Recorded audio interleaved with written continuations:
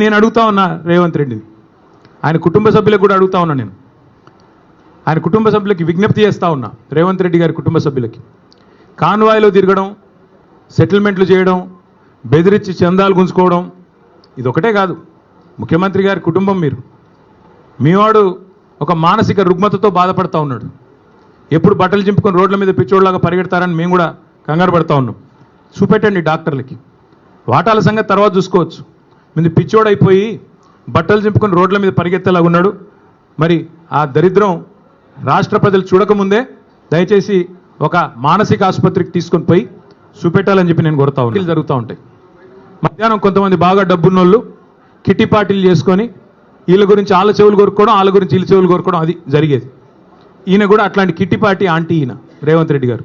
ఎక్కడో ఎవడో చెప్పింది అదే నిజం అనుకుని భ్రమించి దాన్ని మళ్ళీ 10 మందిని పోగేసుకొని, మీడియాని పోగేసుకొని చిట్ చాట్ల పేరిట చిల్లర మాటలు మాట్లాడే